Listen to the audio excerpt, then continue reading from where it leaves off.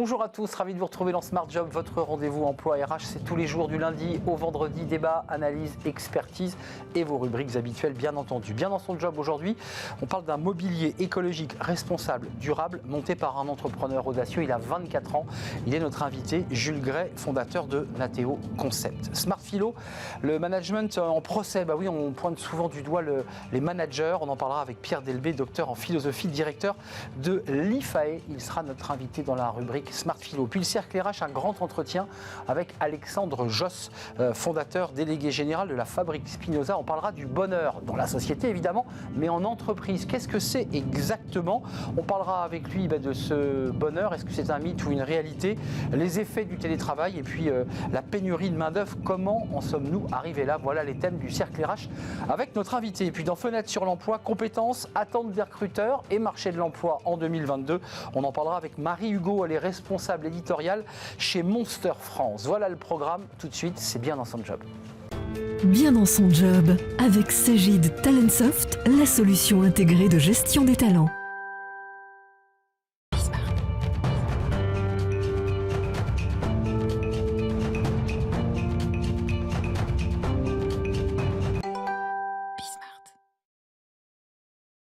Bien dans son job, bien dans sa maison avec des meubles écolos, parce que les consommateurs recherchent de plus en plus ces meubles responsables, durables, et on en parle avec Jules Gray. Bonjour Jules. Bonjour Arnaud Ardouin. Fondateur de Nateo Concept. On est ravis de vous accueillir. Alors vous allez nous parler de votre concept évidemment, parce qu'il y a vraiment une éthique dans le travail que vous menez, mais d'abord quelques mots sur vous. Vous avez quel âge? J'ai 24 ans aujourd'hui. 24 ans aujourd'hui. Ouais. Bah, j'ai envie de vous dire déjà joyeux anniversaire. Merci. Vous avez monté l'entreprise Nateo Concept il y a 2 ans. Ouais. Vous aviez donc 22 ans. Tout à fait. Qu'est-ce qui fait qu'à 22 ans, on décide de devenir à la fois entrepreneur et, j'allais dire, entrepreneur sur un marché très concurrentiel où face à vous, vous allez avoir des mastodontes, je ne cite pas les marques, mais je pense à Maison du Monde, je pense à ces grandes marques, qui proposent des meubles et qui, pour le coup, ne sont pas fabriqués en France. Comment ça vous est venu ? Tout d'abord, en fait, l'objectif, c'était de proposer aux Français du mobilier en bois fabriqué en France. Pourquoi? Parce qu'aujourd'hui, dans la majorité de ces grandes enseignes-là, on n'a pas ces produits fabriqués en France. Aujourd'hui, on est plus sur du produit d'import, qui vient de Chine, qui vient de l'Est. Et nous, aujourd'hui, moi, personnellement, je connais très très bien les produits, parce que j'ai travaillé avant dans l'industrie du meuble. Et donc, le fait de connaître le produit, de savoir exactement ce qu'attend le client, finalement, ça m'a permis de trouver une gamme de produits, une collection. Vous n'avez pas répondu à ma question, parce que vous auriez pu décider, parce que vous êtes ingénieur de production, vous avez fait des études, je crois, brillantes, vous dites, je deviens ingénieur, je monte en grade dans l'entreprise, et puis un jour, dans 15, 20 ans, j'en serai le patron. Vous dites, je me lance dans une aventure entrepreneuriale. Honnêtement, il y a un pari, quoi. Il y a un risque. En fait, ce qui s'est passé, c'est qu'avec le Covid, on a eu une explosion des ventes sur Internet. Clairement. Et je m'en suis rendu compte. Et donc moi, j'étais ingénieur de production à l'origine, dans une boîte qui fabrique des meubles, Sofamo, à côté de La Rochelle. Et je me suis dit, en fait, il faut arriver à proposer ces produits-là, ces produits fabriqués en France, sur Internet. Parce que les gens, ils nous voient pas, nous. Donc du coup, je me suis dit, avec mes connaissances du produit, j'avais envie de développer moi-même aussi mon business, et puis de me lancer. Et donc du coup, de devenir patron. Je vais me mettre sur Internet. Ce qui est intéressant, c'est que vous collez bien à l'esprit de la société aujourd'hui, en tout cas des jeunes, puisque 24 ans, vous faites partie de cette jeune génération, qui dit, mais globalement, moi je veux bien rentrer dans une entreprise, je veux bien créer ma boîte, mais pas uniquement pour faire de l'argent, pour que ça ait du sens, pour qu'il y ait une éthique. J'ai l'impression que c'est très fort chez vous, ça. Ce qui est surtout très important, c'est cette histoire d'éthique-là, mais c'est aussi le fait de mieux consommer. Parce qu'aujourd'hui, on se dit, on va acheter un meuble, mais on ne pense pas derrière à ce qu'il y a, en fait, derrière tout ça. Les produits chimiques, l'école, le bois, tout ça, en fait, vous avez mené une réflexion, j'imagine, dès le début, sur le sourcing de tout ça. Oui, tout à fait, parce que ça part déjà par la matière première qui est le bois, d'où ça provient, de forêts éco-gérées, ça c'est l'objectif.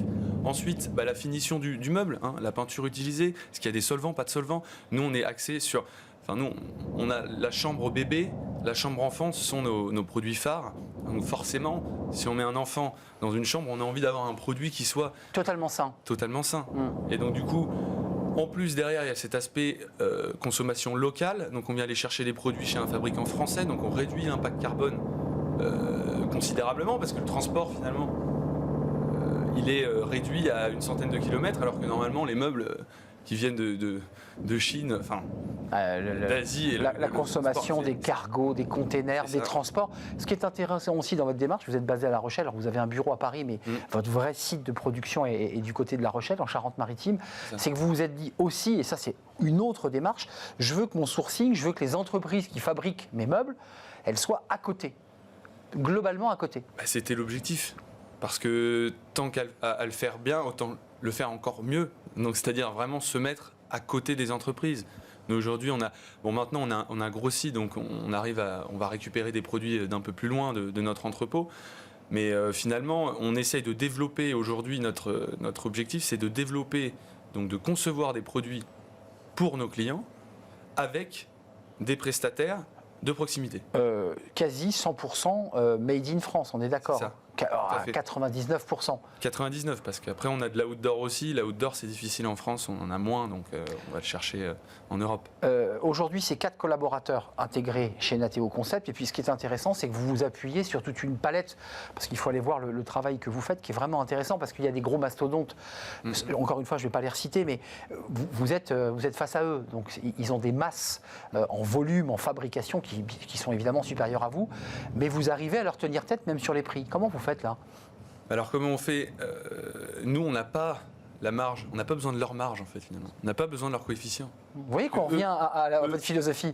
Eux, ils doivent mettre un coefficient très important pour pouvoir faire vivre justement toute l'entreprise. Nous, on est 4. Donc à 4 personnes, finalement, on n'a pas besoin d'avoir un gros coefficient. Donc finalement, on achète un produit au bon prix. Et vous le revendez au bon prix. Et on revend au bon prix. Donc finalement, on arrive à ajuster tout ça et donc se retrouver à proposer aux Français des produits avec un prix raisonnable. Et puis c'est surtout que derrière, on a tout un service. Une livraison extrêmement rapide partout en France, sous 3 à 5 jours. Ça n'existe presque pas.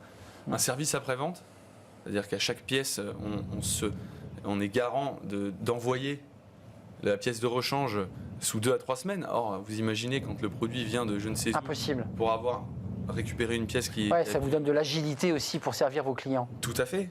Et puis après, derrière, on a donc cette partie-là, oui, transport, service après-vente, ce que les gens recherchent, et aussi la partie sécurité. Aujourd'hui, on est une entreprise française. On est avec des banques qui nous suivent, des banques françaises. On a la possibilité de payer en plusieurs fois. Donc finalement, on se retrouve à être en concurrence directe avec ces gens-là. Après, ce qui va être plus compliqué, ça va être vraiment d'être visible sur Internet. J'allais y venir parce qu'un de vos gros enjeux, c'est évidemment votre référencement sur Internet. En recrutement 4 personnes, est-ce que là, vous êtes déjà en train de vous dire, parce que ça marche bien, on va embaucher, on va mettre le paquet sur le digital, parce que c'est vrai que si vous n'êtes pas référencé très haut sur les sites, c'est vrai que c'est compliqué, vous n'existez pas. L'objectif, c'est ça. Après, chacun a son métier. Le problème, c'est qu'il y a tellement de métiers dans le e-commerce, et pour être dans le digital, que si on veut avoir les meilleurs, il faut recruter plein de personnes. Donc en fait, il faut qu'on arrive à trouver un juste milieu entre recruter la personne qui puisse piloter justement ces gens-là, donc avec les connaissances pour piloter ces gens-là, mais qu'après, on fasse aussi travailler, comme ce qu'on fait actuellement, des prestataires qui sont spécialisés dans chaque domaine. Vous avez besoin de quoi aujourd'hui? De référencement, de pouvoir exister, que la marque existe sur le net? On a besoin de référencement naturel, ce qu'on appelle le référencement naturel, donc apparaître dans les premières positions de Google naturellement, sans être dans la publicité. Et on a aussi besoin de référencement payant et de pub, donc concrètement des gens dans la communication qui vont mettre en avant notre marque, notre jeune marque française qui est inconnue des gens, et donc montrer aux gens, arriver à captiver leur attention et se dire, bon ben voilà, moi j'ai envie d'aller chez ces gens-là parce que je crois en eux. Jules, avant de nous quitter, est-ce que chez vous, il y avait à 22 ans un acte militant? Est-ce qu'il y avait une forme pas de radicalité, mais de volonté de changer le monde à travers ça? Ou en tout cas, de changer la manière dont on produit des meubles et qu'on produit tout court d'ailleurs? Tout à fait. En fait, notre slogan, c'était de rendre le monde de demain meilleur. Et donc, et là, vous avez l'impression que vous le rendez meilleur, là? Avec ce qu'on propose aujourd'hui, oui. Parce que finalement, quand on fait la différence entre les produits d'ailleurs et nos produits à nous, qu'on connaît parfaitement, Oui, on l'a la différence. Dans 10 ans, vous vous voyez où là? Parce que vous avez 24 ans, donc vous aurez 34 ans. Est-ce que là, dans votre esprit, vous allez continuer à développer cette entreprise jusqu'à l'infini, ou vous avez d'autres projets, d'autres idées? Alors, déjà continuer. Je vois dans vos yeux que vous avez d'autres idées. Oui, mais continuer déjà dans cette branche-là du meuble que je connais parfaitement. Et ensuite, voir un petit peu comment est-ce qu'on pourrait aussi faire ça sur d'autres branches. J'ai quelques idées, mais bon, pour le moment, on va consolider pour ensuite... En chiffres clés, Jules Gray, c'est quoi? C'est combien de meubles par an, dans le volume, ou par mois, si vous les avez, pour qu'on se fasse un peu une idée de ce que ça représente? Dans le volume, on est à peu près sur du 250 commandes par mois.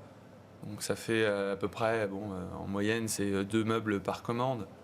Donc voilà, ça fait à peu près 500 meubles par mois. Tout ça livré dans des délais raisonnables. Juste avant de nous quitter, tous les grands du marché du meuble et de la livraison, qui sont dans la livraison, disent que c'est galère. Est-ce que c'est compliqué malgré tout la livraison pour tenir vos prestataires, pour réussir à les avoir? Mais le plus compliqué, Monsieur Hardouin, c'est qu'en fait, finalement, nous sommes prestataires du transporteur. Donc finalement, s'il y a un problème avec ce transport-là, nous, on a beau tout faire, mais finalement, le client, il va peut-être pas se dire que c'est le transporteur. Donc tout va nous retomber dessus. On a tous ouvert un carton où le truc était cassé à l'intérieur, et le transporteur vous dire, je sais pas, ça a dû être fait au dépôt, et ça revient finalement sur la tête. Exactement. Et ça, c'est des coûts assez lourds quand même pour l'entreprise. Hein. Alors nous, on arrive à quand même mettre demander aux clients de bien suivre une procédure de réception de produits, pour éviter justement et avoir ces remboursements derrière. Mais c'est vrai que ça a quand même un coût. Bon, après, le ratio casse, ça va. Ça va. Hein. On est sur un transport, on a des produits aussi avec des très bons emballages. Si vous voulez, on expédie tout sur palette, donc forcément, voilà. Bien protégé. Bien protégé. Merci Jules Gray. Est-ce que vous êtes d'ailleurs membre d'Origine France Garantie? Comme ça, je vous le transmets. Il est souvent venu, le président d'Origine France Garantie, qui vous labellise votre produit avec un label Origine France Garantie. Non, je ne connaissais pas. C'est l'occasion d'aller jeter un œil sur Internet. Comme vous êtes un jeune entrepreneur, votre produit est quasiment made in France à 100%. Et vous pourriez peut-être bénéficier d'ailleurs de ce label Origine France Garantie, qui donne évidemment une marque supplémentaire. Bon retour à La Rochelle, Jules. Merci. Parce que je crois que vous repartez immédiatement regagner votre entreprise. Fondateur de Nateo Concept, des meubles éco-responsables conçus en France, avec un écosystème français sans colle chimique, évidemment, et des produits PEFC. C'est pour le bois, c'est du bois sourcé. Merci de nous avoir rendu visite, Jules. On va faire un peu de philo maintenant avec notre rubrique Smart Philo. Smart Philo, on parle des managers. Là, on est en plein dans l'émission Smart Job, évidemment. Le management en procès. Tiens. Alors, il y a un point d'exclamation, mais je mettrai peut-être un point d'interrogation. Et on en parle avec Pierre Delbé. Bonjour Pierre, docteur en philosophie, directeur d'IFAE. Et ce livre, alors il est vraiment au cœur de ce dont on va parler dans quelques instants. Aristote, 10 clés pour repenser le management. On va en parler avec vous de ce management. Il a mauvaise presse, le management, et j'ai envie de dire le manager d'ailleurs. Exactement. Et je crois un peu trop. Ah, oui, vous allez défendre les managers? Oui, je voudrais défendre les managers parce que je considère effectivement que très souvent, dans la presse, dans l'université, de l'extérieur, en sociologie, etc., on a tendance effectivement à pourfendre le management. Et souvent, c'est vrai, à raison. Je voudrais quand même défendre le management parce que je considère que le management n'est pas simplement dans la domination, n'est pas simplement dans la manipulation, n'est pas simplement dans la recherche de profit, n'est pas non plus dans la bêtise. Voilà, en gros, si je puis dire. Oui, parce que bête, l'une des formes délectables de la bêtise contemporaine, selon Nicolas Mathieu, qui allume assez fortement les managers. Absolument. Et là, vous prenez le contre-pied, vous dites c'est un peu facile de tirer sur le manager. C'est ça. Mieux vaut allumer une lumière plutôt que de pourfendre les ténèbres. C'est un joli proverbe zen ou de Lao Tzu, et que j'aime bien, et que je défendrai ici. Si vous voulez, il ne faut jamais oublier que quand même, il existe des managers qui font bien leur boulot. On va en parler. D'abord, commençons, parce que moi, c'est une question qui me taraude depuis presque 2 ans qu'on est là à parler des managers dans Smart Job. C'est quoi un manager? C'est quoi sa définition d'ailleurs? Enfin, c'est très flou. Alors ça, c'est une bonne question, parce qu'effectivement, la question est floue. Management, je dis toujours, la management, c'est la main étymologiquement. Management, d'accord. Le manège, c'est la même étymologie que le management. Et c'est donc une conduite d'une activité professionnelle pour aboutir à de bons résultats ensemble. Et je dis bien donc qu'il y a ces 2 dimensions qui me paraissent extrêmement importantes, à savoir que le manager, c'est un gouvernement, si je puis dire, d'une activité, c'est le fait de gérer une activité, mais je ne le fais pas tout seul et je ne le fais pas simplement dans un but d'avoir purement et simplement un bon résultat, je le fais justement quand je sais développer une coopération dans mon équipe. Donc ça veut dire que très souvent dans l'esprit du grand public, on va dire le manager est associé à l'entreprise, mais en fait, un manager, on peut le retrouver partout en fait. Absolument. Je pense que c'est vraiment, effectivement, ce n'est pas, si vous voulez, lié à l'entreprise privée. Le manager, c'est celui qui conduit une activité professionnelle. En tout cas, moi, c'est la définition que je donne. C'est celui qui conduit une activité professionnelle pour aboutir à de bons résultats. Oui, tout à fait. Ça veut dire que les hôpitaux, les associations, les fondations... Les associations, absolument. Donc, en fait, ce n'est pas un statut professionnel, mais c'est quoi? C'est plutôt un état, en fait, manager. Je crois que, si vous voulez, il y a, vous savez, la question de la gestion, enfin du gouvernement des personnes et des hommes est une question qui a toujours passionné la philosophie, bien sûr, depuis Platon, Aristote, etc. Donc, il y a simplement des lieux qui sont des lieux différents. Le monde de la cité, ou le monde d'un pays, ou d'une nation, ou d'un État, et le monde politique. Eh bien, de la même manière qu'il y a des politiciens qui gouvernent la cité, il y a des gens qui, à l'intérieur d'une profession, vont piloter un ensemble de personnes, une communauté, ça s'appelle des managers. Pourquoi on les appelle les managers? Parce qu'il y a des spécificités, c'est-à-dire qu'il y a une culture propre. Et cette culture propre, c'est précisément la culture qui fait qu'il y a des cultures, si vous voulez, ingénieurs, il y a des cultures commerciales, il y a des cultures associatives, etc., avec des spécificités qui font que précisément, voilà, il y a de bons managers qui peuvent bien faire leur boulot. On va reparler de votre livre, parce que vous proposez quand même dans votre livre 10 clés pour repenser le management, ce qui veut dire qu'il y a quand même peut-être des axes de réflexion, mais vous dites il y a quand même un vrai danger d'être sans nuance sur le manager, d'être véritablement une forme de radicalité sur dans la critique. Oui, ben si vous voulez, c'est le réflexe McKinsey, quoi. On dit, vous comprenez, c'est sur ces grands...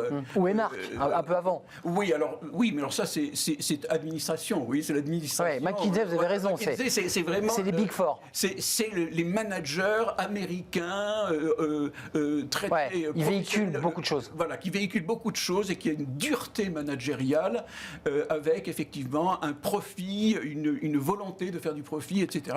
Voilà, il y a cette idée-là que l'humain, au fond, n'est pas véritablement pris en compte. Mais ce qui est intéressant, c'est qu'aujourd'hui, vous avez décidé un peu de sortir finalement de ce qu'on entend, de ce qui est un peu ronronné, de faire un pas de côté et finalement de valoriser le management. Oui. Pourquoi? On en a vraiment besoin des managers? Parce qu'il y a tout un débat aujourd'hui où on nous dit, attendez, on peut très bien laisser l'autonomie du collaborateur sans manager. Est-ce qu'on en a besoin de ces managers? Mon sentiment, c'est que, si vous voulez, c'est toujours pareil. Dès qu'il y a une communauté se forme, c'est beaucoup plus facile de la piloter lorsqu'il y a une personne qui coordonne. Non pas qui le chef, vous voyez ce que je veux dire? Mais si, c'est tout le débat d'ailleurs. Ah oui, mais oui. Toute la question est de savoir quel est le mode managérial, la culture managériale qui va être exercée. Je dirais en gros, il y a 2 façons de faire. Vous avez la culture de l'obéissance managériale, avec quelqu'un qui décide et l'autre qui exécute. Vous avez une autre culture qui est à mon avis la bonne et qui est beaucoup plus adaptée aujourd'hui et qui est la culture de la coopération. La culture de la coopération, c'est véritablement un manager qui accompagne une équipe et qui fait que précisément cette équipe va avoir envie de travailler ensemble. Vous voyez ce que je veux dire? Avoir envie de travailler ensemble. Mais je ne sais pas si vous l'évoquez dans votre livre, mais le manager, à travers donc, cette forme d'éthique et non pas un statut social, quelles sont ses qualités? Qu'est-ce qu'il doit avoir pour être le manager, je dirais 3.0, quoi, le nouveau manager? Il doit avoir beaucoup de qualités. Maintenant, si on fait la liste, il doit y en avoir beaucoup. Moi, je crois que, si vous voulez, il y a une chose qui me paraît importante, ce qu'il doit avoir il doit avoir une vision. Le manager doit avoir une vision, ou doit entrer, ou il doit partager une vision, il doit être capable de partager une vision. Qu'est-ce que c'est qu'une vision ? C'est vraiment, je dirais, quelque chose de relativement simple et qui a du sens, hein, et qui fait que précisément, si nous travaillons ensemble, nous avons chacun une vision partagée, et donc nous savons où est-ce que nous allons, et donc il y a une autonomie qui peut être développée. Mais vous impliquez, Pierre, quand même l'idée d'une forme de charisme et de capacité à transmettre et engager, et objectivement, c'est pas le cas de tous les managers. Enfin, on a beaucoup de collaborateurs qui font des remontées parce qu'il y a des questionnaires et ils disent mon manager ne m'adresse pas la parole, c'est à peine s'il me dit bonjour, il est enfermé dans son bureau, on le voit jamais. Enfin ça c'est des critiques qu'on entend assez souvent. Comment on fait ? Il faut les accompagner ou il faut faire des recrutements à la source qui soient un peu plus adaptés dès le départ en fait ? C'est une question qui est difficile, je vais vous dire. Franchement, c'est une question que je trouve très difficile. Effectivement, il y a de très mauvais managers et il y en a pléthore. Comment fait-on ? Je crois que, si vous voulez, il y a deux façons d'aborder le management. Il y a le management boîte à outils. J'ai un conflit, comment je fais ? Je vais chercher ma petite fiche, je lis et je... Bon. Je n'y crois pas une minute, et vous voyez, vous souriez, et je pense que vous avez raison. Ceci dit, je crois qu'il y a une autre façon de faire qui est entrer dans un esprit du management. L'esprit du management, c'est un esprit adulte qui fait qu'ensemble, nous allons essayer de trouver les bons moyens qui sont ceux, évidemment, qui sont nécessaires au sein de l'entreprise et qui correspondent à votre talent, au mien, etc. etc. Vous voyez ce que je veux dire ? D'ailleurs, avant de nous quitter, Pierre, vous qui avez un peu étudié la question du manager, on l'utilise depuis quand ? Parce qu'avant, on parlait du responsable du personnel, on parlait du contremaître quand il y avait encore des usines et des ouvriers. C'est arrivé quand le manager ? Parce que manager, c'est vraiment un mot, je dirais, quoi, des années 80 c'est... Ah non, je pense que ça vient vraiment... c'est après la guerre 39-45 qu'il y a eu de grandes cultures américaines du management, etc., qui a commencé à... Oui, culture du management, c'est vrai. Il y a des documents qui expliquent, qui parlent du management arrivé aux États-Unis. Mais la notion de manager, parce que manager, en fait, sur la fiche de poste, et notamment sur sa fiche de paie, il n'y a pas écrit manager. Non. Je crois que c'est une... Enfin, je ne sais pas, je ne peux pas vous répondre, je ne sais pas exactement quand est-ce que c'est arrivé, mais il n'y a pas de doute qu'à mon avis, si vous voulez, vous me posiez la question, est-ce que c'est nécessaire ? La réponse que je donne... Il en faut. Il en faut, et c'est beaucoup plus facile quand il y en a un. Mais il faut qu'il soit bon. Il faut qu'il soit bon. Je redis toute la question du recrutement. Ça suppose de formation, ça suppose de sélection des bonnes personnes, etc. Et il y a beaucoup de gens aujourd'hui qui refusent d'être dans le management parce que c'est trop difficile, parce que voilà, tout le monde n'est pas fait pour être manager. Gérer des hommes, il faut aussi faire preuve de beaucoup de psychologie, même quand on est dans la culture ingénieure. Absolument. Parce qu'on voit souvent des grands techniciens, des bons techniciens, qu'on a mis managers et qui ne sont pas tout à fait dans le relationnel, tout à fait à la... C'est l'exercice de l'autorité qui est à la fois, je dirais, la capacité d'être relié à l'autre et la capacité aussi de faire valoir un point de vue qui peut être le point de vue, je dirais, de l'ensemble de l'entreprise et pas simplement le nôtre. Merci Pierre Delbé d'être venu nous rendre visite. Vous êtes à la tête de IFAE, directeur d'IFAE, puis docteur en philosophie. Je rappelle votre livre Aristote, 10 clés pour repenser le management et non pas le manager. Merci de nous avoir rendu visite et à très très bientôt Pierre. On fait une courte pause et on va rester un peu dans l'esprit. On va parler du bonheur. Alors le bonheur dans notre cœur, mais du bonheur dans la société et du bonheur dans l'entreprise. On en parle de plus en plus. Évidemment, cela fait écho à la qualité de vie au travail. On va faire le point avec Alexandre Josse parce que c'est un sujet qui lui tient très très à cœur, fondateur délégué général de la Fabrique Spinoza. Il a quelques idées sur la question du bonheur et d'une manière générale sur le bien-être en entreprise. Qu'est-ce qui a changé ? On fait le point avec lui juste après la pause.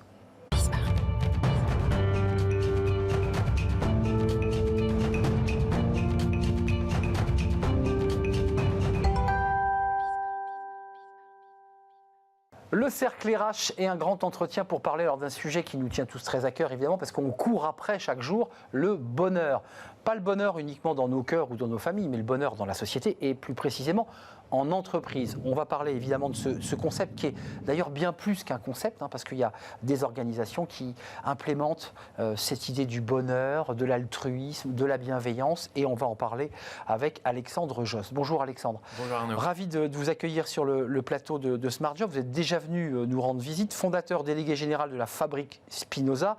Alors, vous venez souvent nous parler de vos études, vous êtes venu d'ailleurs avec un travail là, sur la santé positive, mais quand même quelques mots sur vous, parce que derrière cette Fabrique Spinoza et toutes les structures, on va en parler, emboîtées les unes dans les autres, avec les bénévoles, avec les associations, les entreprises, on ne sait pas trop qui vous êtes, et quand on regarde votre parcours, centralien, Berkeley, Enfin, je veux dire, vous aviez globalement, et puis une partie de début de carrière toute tracée.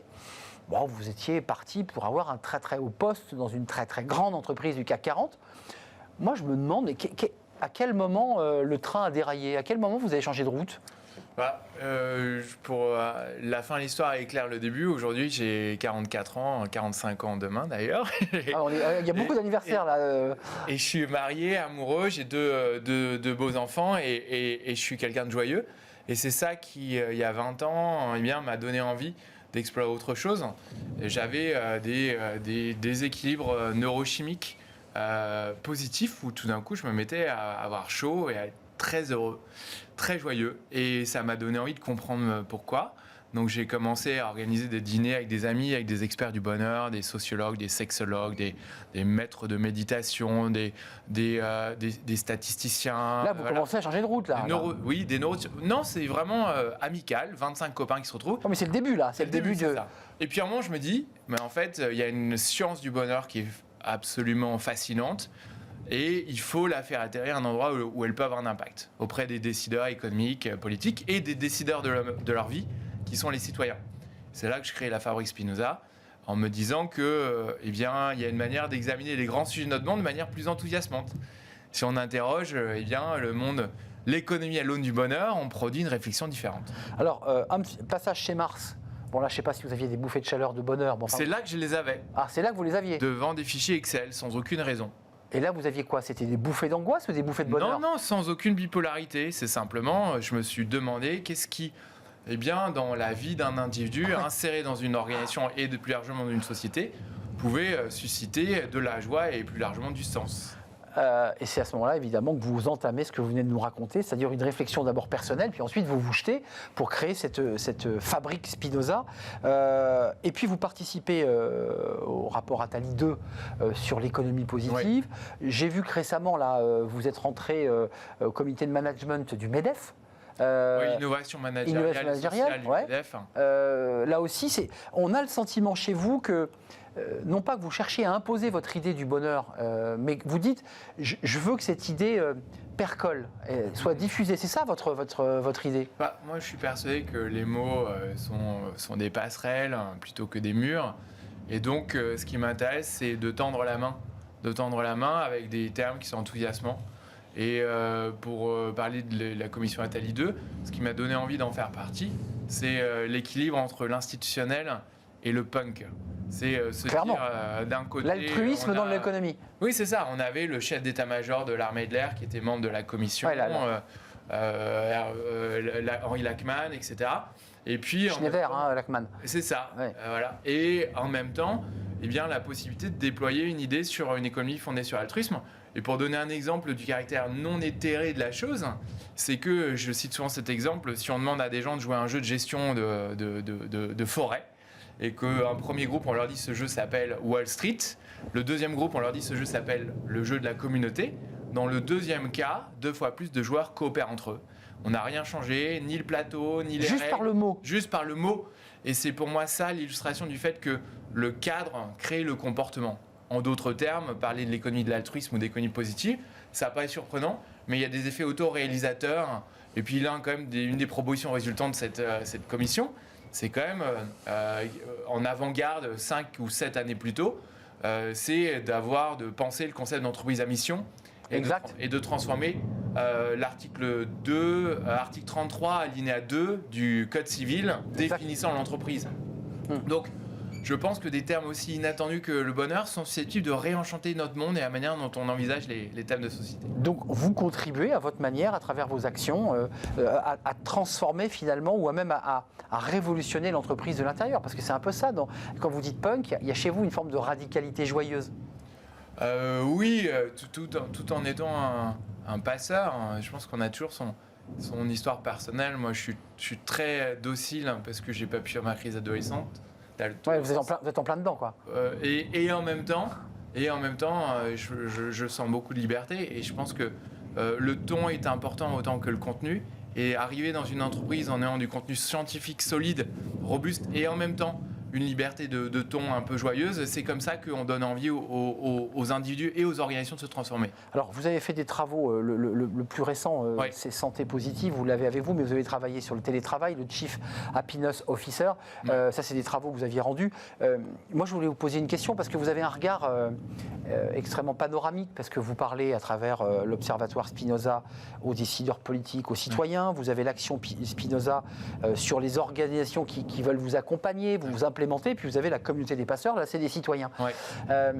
Concrètement, comment on a pu en arriver là? On est aujourd'hui dans un système, là, au moment où on se parle, où on a près de 5 millions de chômeurs et on a 1 million d'emplois non pourvus, et avec des gens qui ne se parlent plus, c'est-à-dire des salariés qui disent « moi je ne veux plus rentrer dans l'entreprise », des entreprises qui disent « on aimerait bien vous avoir, mais on n'arrive pas à vous attraper ».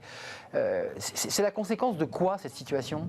Moi je pense que ça sera d'ailleurs notre sujet d'étude en 2023, on l'appelle, qui va durer entre 6 mois, enfin 1 à 3 ans. C'est donc un sujet de préoccupation majeur pour vous? Tout à fait, et on l'a intitulé « Territoire et mode de vie heureux ».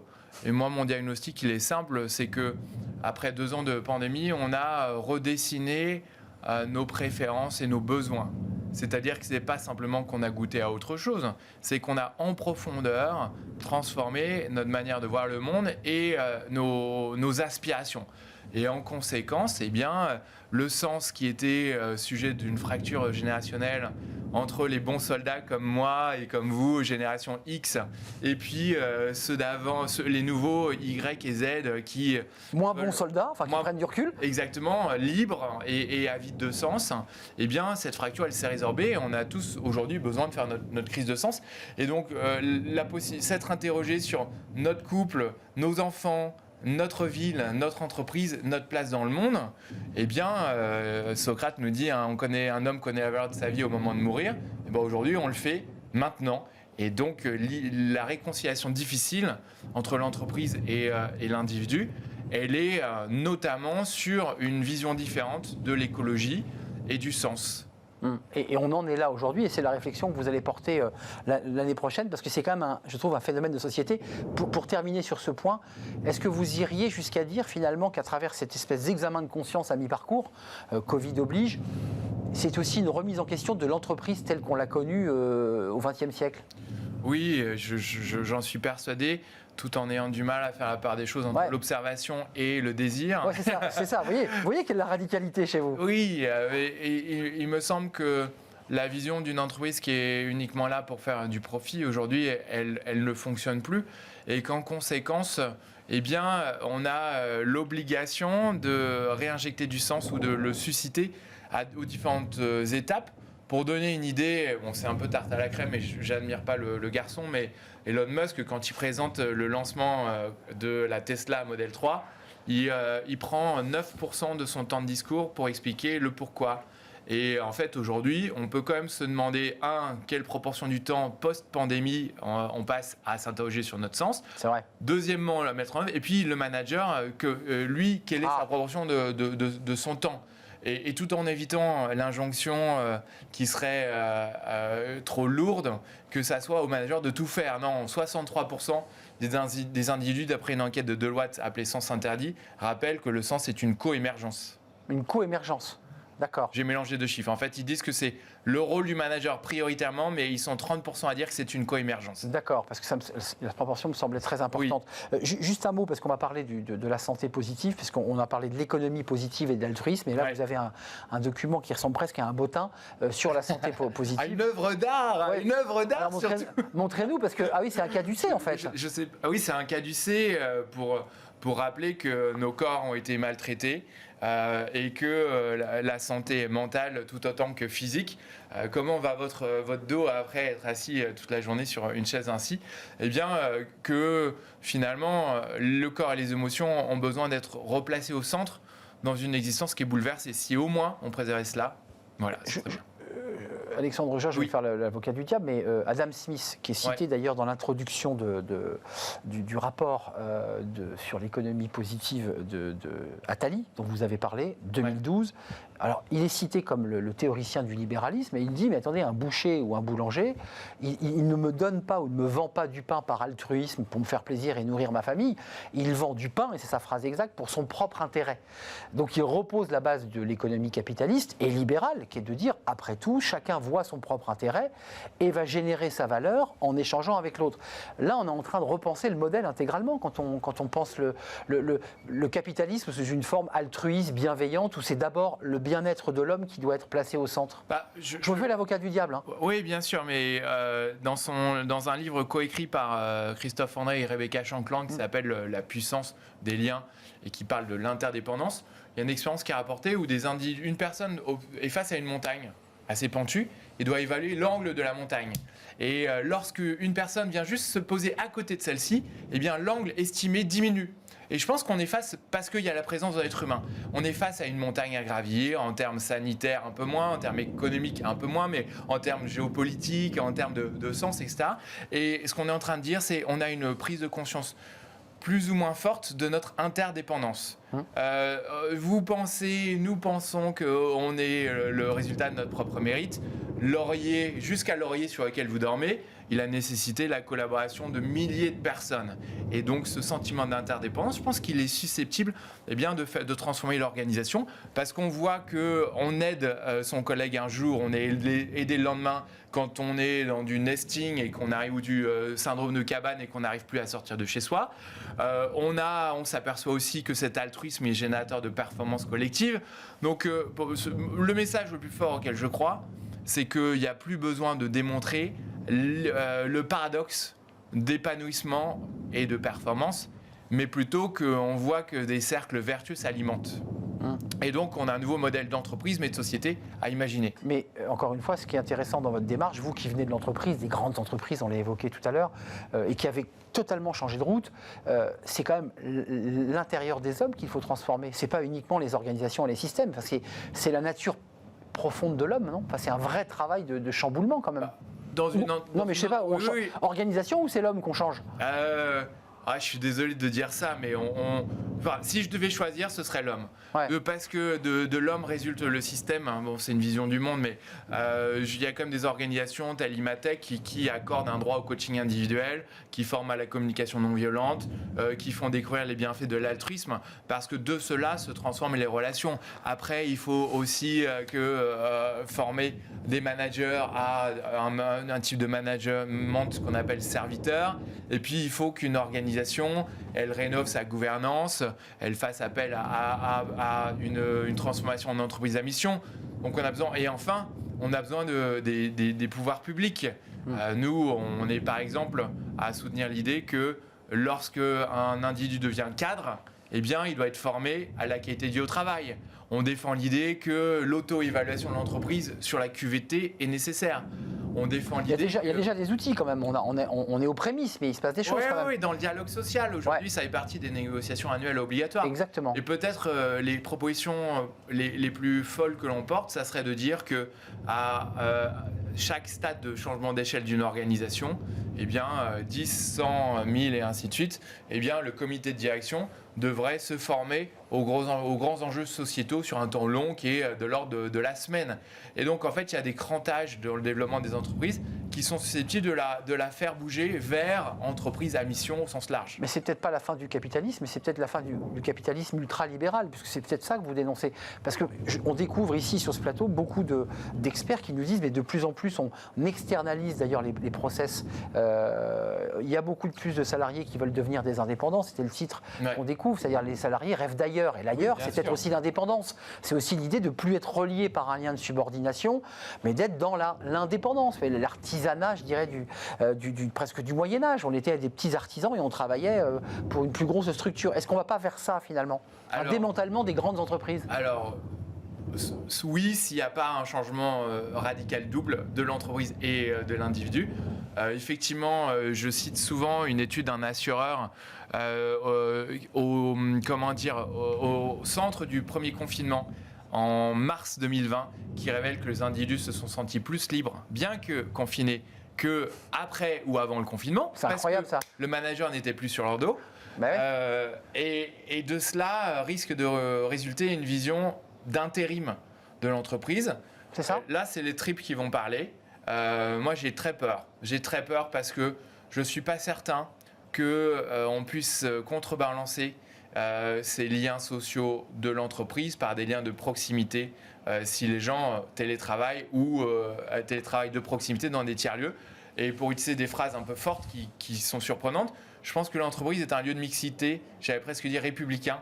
Alors ça n'a pas de sens de dire ça, hein, c'est un lieu capitaliste l'entreprise, mais pour autant, on n'a plus tellement d'endroits dans un monde où le service militaire n'existe plus, où l'école perd sa mixité sociale, où on collabore, on coexiste avec des gens qui sont différents de soi. Et si on perd ça, eh bien, est-ce qu'on va réussir, et je l'appelle de mes voeux, eh bien, au pire, à construire une fraternité de proximité, un vivre ensemble de proximité ou en ruralité. Et je terminerai là-dessus, sur ce point-là. On va travailler sur les territoires heureux et modes de vie heureux en 2023 parce que dans les analyses que j'ai lues, eh bien, on interroge l'efficacité, on interroge la viabilité de l'entreprise, mais on n'interroge pas la qualité des relations humaines qui résultent localement. On avait préparé un titre sur le télétravail qu'on découvre, la clé du bonheur. Alors on a mis un point d'interrogation, mais là vous me douchez un peu parce que je pensais que vous alliez développer l'idée que le télétravail était quand même un outil formidable en termes de réduction des émissions de CO2, en termes de capacité de pouvoir gérer sa vie personnelle et sa vie professionnelle. Et vous me dites, je parle avec mes tripes et j'ai peur que ça casse la machine. C'est le verre à moitié vide, verre à moitié plein. Il y a eu du positif avec le télétravail tout de même, non ? En fait, à la fois, on a des arguments scientifiques qui sont que le lien humain est ce qui fait le sel de l'épanouissement. Ouais. Je citais avec vous, Arnaud, l'étude Grant, une fois, qui est la plus longue étude sur le bonheur et qui montre que ce qui rend la vie, c'est les liens humains. Mais je crois que je n'arrive pas à me détacher de la conviction qu'on a besoin d'être ensemble pour être bien et pour construire aussi. On ne fait pas une cathédrale en télétravail. Et même une cathédrale symbolique. Et vous savez, 70% des informations à échanger dans une journée le sont de manière informelle, le sont de manière sérendipitaire. On en parle dans notre étude sur les nouveaux espaces de travail. Donc je n'arrive juste pas à imaginer ce nouveau mode d'existence tout en étant confronté à l'intérieur même de la Fabrique Spinza à des jeunes qui n'ont jamais connu que ça et qui ne comprennent pas que l'on puisse demander chez nous, on est à 4 jours de présence physique pour 1 jour de télétravail. Et donc je vois bien ce hiatus et je vois bien aussi cette expression qui m'a marqué aux États-Unis, le télétravail est le new sign-in bonus. Voilà, le bonus quand on rejoint l'entreprise. Mais peut-être qu'il y a un côté un peu paternaliste, mais il me semble que, vous savez, il y a une phrase des économistes Stevenson et Wolfers dans un article qui s'appelle « Mal prédire son utilité future », qui est qu'on est des très mauvais prédicteurs de notre épanouissement à venir. En d'autres termes, d'après les neuroscientifiques, on fait du nexting, c'est-à-dire qu'on arrive à voir ce qui va arriver en continuité d'aujourd'hui, demain, mais on n'arrive pas à prédire les effets des ruptures. Et le télétravail, on est en plein dedans, là. On est en plein dedans. Ouais. Et je pense que l'effet subjectif de travailler ailleurs, de mal voir ou peu voir ses collègues, on n'en apprend pas la profondeur sur notre constitution humaine. On n'a pas assez de recul, je suis entièrement d'accord, pour faire écho à votre rapport sur la santé positive. On n'a pas encore ce recul pour savoir si ça a impacté notre mental. Avant de nous quitter, parce que vous l'avez évoqué, vous avez travaillé sur le télétravail, mais vous avez aussi travaillé sur les espaces de travail. Oui. Alors ça, c'est un sujet qui vous tient très à cœur à la Fabrique Spinoza. Là aussi, qui reste dans l'esprit qu'il faut garder des espaces, mais évidemment, c'est plus les espaces qu'on a connus dans des box, avec des open space, c'est plutôt c'est quoi ? On crée une nouvelle forme de convivialité et donc on sauve l'entreprise de cette manière. Aujourd'hui, moi j'aime bien dire que le travail est historiquement un travail productif individuel, qu'il est passé ensuite à un stade collaboratif avec l'arrivée de l'informatique, puis à un stade ultra collaboratif probablement à l'aune du XXIe siècle. Et que là, on conserve cette ultra-collaboration, qui est que les individus dans des espaces de travail ont besoin de pouvoir trouver un lieu où se rassembler très rapidement à quelques mètres, sans avoir à réserver une salle de manière complexe. Et deuxièmement, à la quatrième ère, qui est l'ère de la convivialité, où les gens ne reviendront pas au travail si c'est pour être seuls, parce que le planning collectif du télétravail désaligne les présences physiques. Et du coup, notre prochain thème de travail, c'est le digital vertueux. S'interroger comment le digital, l'hybride et le digital peuvent être des forces positives. Notre sous-titre, c'est un digital qui apaise, développe et unit. En d'autres termes, comment est-ce que je convoque un digital qui, en télétravail, me permet de maintenir une empathie émotionnelle? Comment est-ce que sur site, j'ai la technologie, on parle de digital inclusif, non, intuitif. Comment est-ce que j'ai la technologie qui fait que je suis au plus près de ceux qui sont à distance? Et puis plus largement, comment est-ce que le digital que j'ai dans ce lieu de travail, il permet de créer de la fraternité? Et c'est paradoxal de dire ça, mais on en a quand même besoin. Comment est-ce qu'on va recréer du lien humain à l'ensemble des échelles de vie? Tiens, d'ailleurs, je ne vous ai pas posé la question au début de l'émission, mais je vous la pose à la fin. Il y a une chanson qui dit « Il est où le bonheur? Il est où ?» Mais c'est quoi le bonheur pour vous? Pour moi... C'est quand même compliqué quand même. Hein, mais oui, c'est parce qu'on serait 15 autour de la table, on aurait 15 définitions différentes. Oui, déjà là, on a un petit quelque chose tous les deux parce qu'on s'écoute. Moi, j'aime beaucoup venir chez vous parce que vous regardez vos notes, mais vous êtes d'abord en train d'écouter ce qui se passe. Donc, Barbara Fredrickson, elle dit une des composantes de l'épanouissement, elle dit c'est des micro-moments d'amour, c'est-à-dire un véritable écoute. 2, résonance, c'est-à-dire ce qui se produit là m'affecte. Et troisièmement, émotion positive. Et c'est la plus grande scientifique mondiale que je connaisse sur le sujet du bonheur. Ouais, donc, et pour donner plus de crédit à la chose, l'OCDE le définit en 3 facettes: émotion, satisfaction et sens ou aspiration. Donc on peut arriver à appréhender un objet aussi intangible que le bonheur d'une manière qui est scientifique, bien que dialoguée avec les citoyens. Mais pour faire une paraphrase de ce que vous nous dites, si on le retranspose à la vie de l'entreprise, il faut que le manager ait la capacité de proposer des petits moments d'amour, c'est-à-dire d'écoute, de bienveillance et être traversé par ce que dit l'autre. Parce qu'une des grandes critiques des managers, c'est « il ne m'écoute pas, il ne me regarde pas, il ne me dit pas bonjour ». En fait, vous dites le bonheur, c'est ça, c'est simple comme un échange et une écoute attentive. Alors, c'est un morceau du bonheur. Oui, bien sûr. Je parle de l'entreprise, je ne parle pas du grand bonheur. Il y a quand même rémunération, formation, cadre de travail, management, gouvernance, toutes ces choses-là. C'est pas que de l'écoute. Non, mais ce qui permet de faire atterrir, d'incarner, de matérialiser ce potentiel, c'est un moment, une relation humaine dans laquelle la question n'est pas que t'en es où de tes échéances, mais comment ça va. Et le comment ça va, il ouvre la porte à parfois trop de choses, mais à la prise en compte de l'existence de l'être humain, tout autant de comment le soutenir pour qu'il performe au mieux, même si ça n'est pas la simple finalité. C'est ce que je voulais dire, mais sans non plus que le comment ça va soit une phrase toute faite, un peu apprise en formation, pour ensuite attaquer directement, tiens, montre-moi ton planning. Enfin, parfois, il faut le faire avec une forme d'incarnation quand même, le comment ça va. Oui, je m'autorise à dire ça. Je suis d'accord, Arnaud. Moi, la manière dont j'essaie de le faire dans mon quotidien, c'est me demander si j'arrive à certains moments à mettre mes collaborateurs avant moi. C'est-à-dire me dire, tiens, j'ai pas juste des objectifs à atteindre, mais est-ce que là, je peux me préoccuper de leurs conditions avant la mienne? Et c'est pas si évident que ça, mais je pense que guidé par cette question, on peut être un manager serviteur. Repousser nos propres égoïsmes, quoi. Oui, ou en tout cas trouver l'équilibre juste entre sa préservation et celle de l'autre. Hein. Pour rappel, le masque à oxygène dans un avion, on se le met à soi d'abord, donc il faut être sorti. Enfin, ça m'est jamais arrivé, mais je vous le dirai quand ça m'arrivera. Oui, mais c'est ça j'ai vu l'émission qui précédait. Ne chargeons pas trop le sac des managers. Voilà. Vous rejoignez Pierre Delbé qui dit, attendez, levez un peu la pédale sur le coup de marteau sur la tête des managers, parce qu'ils sont pris évidemment entre plein de cymbales. Merci Alexandre pour cet échange riche, interactif qui nous a traversé. On a vécu un petit moment de bonheur, je ne sais pas comment on peut le dire. Fondateur, délégué général de la Fabrique Spinoza, avec ses travaux qu'on peut découvrir, je pense, sur le site de la Fabrique. Là, vous l'avez amené en papier. Santé positive, avec tous les enjeux, évidemment, peut-être d'ailleurs post-Covid, sur les troubles psychologiques qui traversent les salariés, sans parler de burn-out. Merci d'être venu nous rendre visite. On termine notre émission, Alexandre, avec Fenêtre sur l'emploi, et on va parler du recrutement. Tendance 2022, non, c'est pas de la mode, c'est du recrutement. Et c'est tout de suite.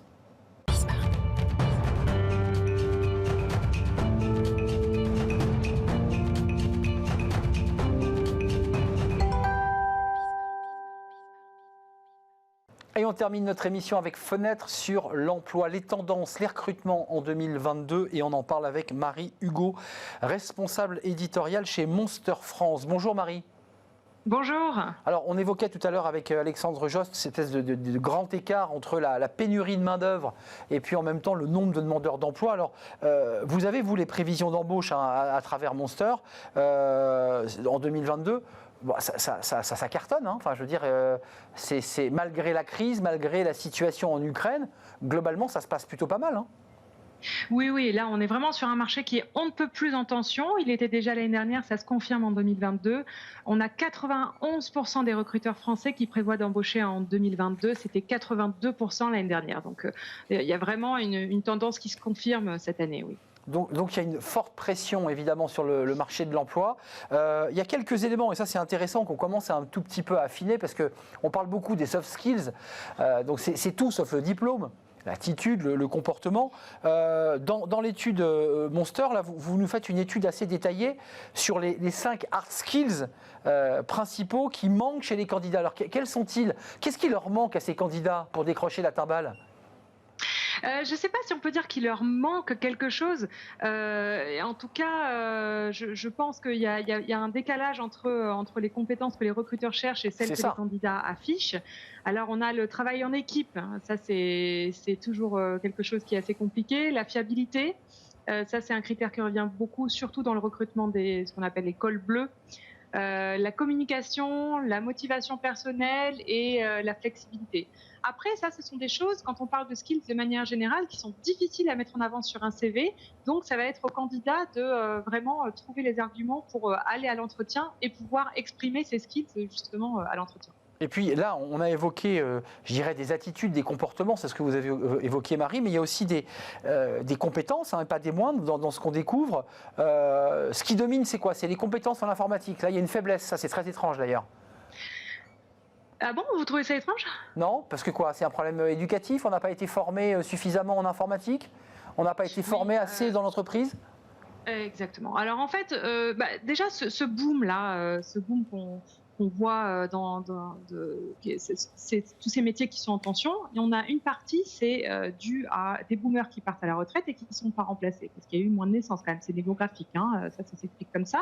Et d'autre partie, on a vraiment un boom digital qui fait qu'il y a énormément d'entreprises aujourd'hui qui ont besoin de recruter des métiers du digital, et on a quand même encore beaucoup de désinformation, de mésinformation sur les métiers du digital. C'est en train de changer, mais c'est pas. Il y a beaucoup de jeunes encore aujourd'hui qui sont pas du tout éduqués face au métier du digital, et ça c'est un problème aujourd'hui pour recruter. Oui, c'est un problème que j'évoquais, c'est-à-dire qu'en fait, dans la formation initiale, il faudrait peut-être insister aussi pour, dès le départ, former les jeunes, et puis j'imagine aussi dans l'entreprise, mais ça démarre aussi à l'école, tout simplement, hein.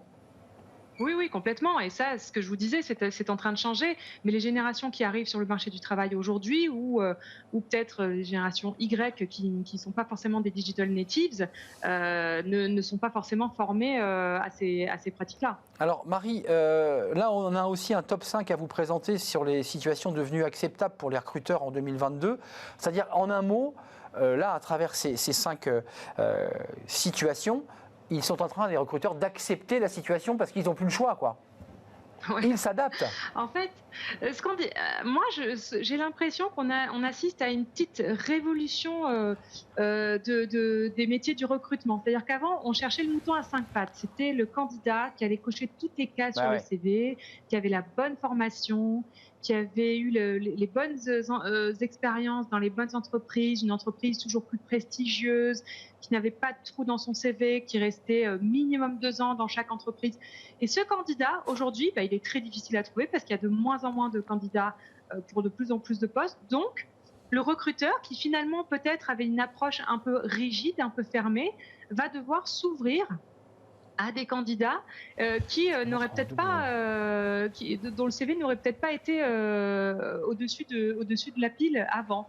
Et ces candidats-là, par exemple, celui qui a eu des expériences courtes, qui a changé plusieurs fois de poste, ou celui qui a eu un trou dans son CV, le recruteur va peut-être se rendre compte à l'entretien quand la personne aura l'occasion d'expliquer ces changements de poste, ça s'explique toujours.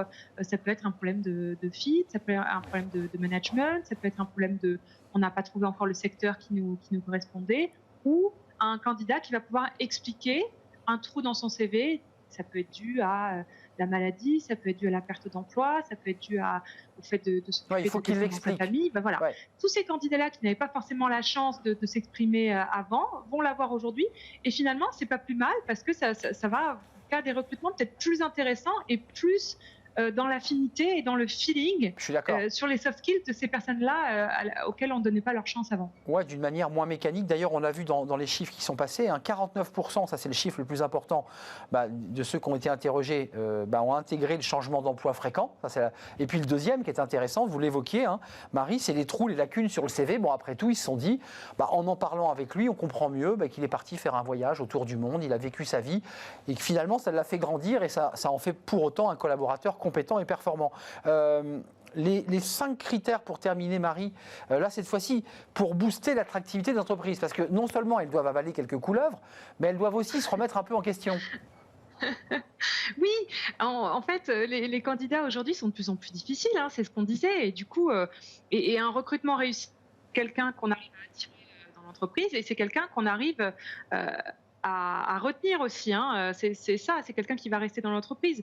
Donc les entreprises, elles vont devoir faire évoluer les postes pour les rendre plus flexibles. Par exemple, on constate aujourd'hui que le travail à distance, c'est quelque chose qui est acquis.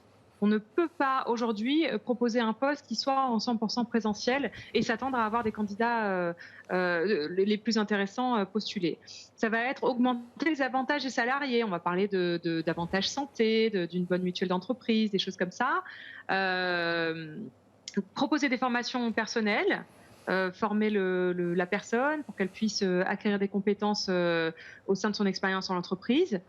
Ça va être aussi partager des profits des entreprises, par exemple des actions, des choses comme ça, des bénéfices qu'on va pouvoir trouver. Et bien sûr, encore et toujours, ça c'est le cas aujourd'hui et c'était le cas il y a 10 ans, l'augmentation des salaires qui reste toujours très présente. Évidemment. Marie, avant de nous quitter, juste en quelques mots, vous nous avez évoqué un marché très dynamique. En même temps, on est dans un marché très pénurique. On est dans une pénurie des candidats, oui. Il y a des secteurs qui ont été quand même extrêmement impactés par la crise du Covid. Je pense au secteur de l'hôtellerie qui a été complètement déserté. Alors ça a créé énormément de changements, cette crise a créé énormément de changements. Et on l'a vu, il y a beaucoup de gens, on pourra parler de mobilité si vous voulez à une autre occasion, mais c'est vrai que beaucoup de personnes ont décidé de changer de carrière depuis ces 2 dernières années et ça fait que certains profils sont en pénurie aujourd'hui. Merci Marie-Hugo de nous avoir rendu visite. J'espère que vous viendrez nous revoir justement pour parler d'autres sujets. Spécialiste de ces questions évidemment de recrutement, de marché de l'emploi, responsable éditorial chez Monster France. Merci de nous avoir rendu visite et puis à très bientôt sur le plateau pour de vrai. C'est la fin de notre émission. Merci de l'avoir suivi. Merci à toute l'équipe qui m'accompagne. Merci à Ulysse pour la réalisation. Merci à Saïd et à Héloïse pour le son. Merci à Fanny Griesmer et merci à Lily bien entendu. Merci à vous pour votre fidélité et tous vos messages. À demain. Bye bye.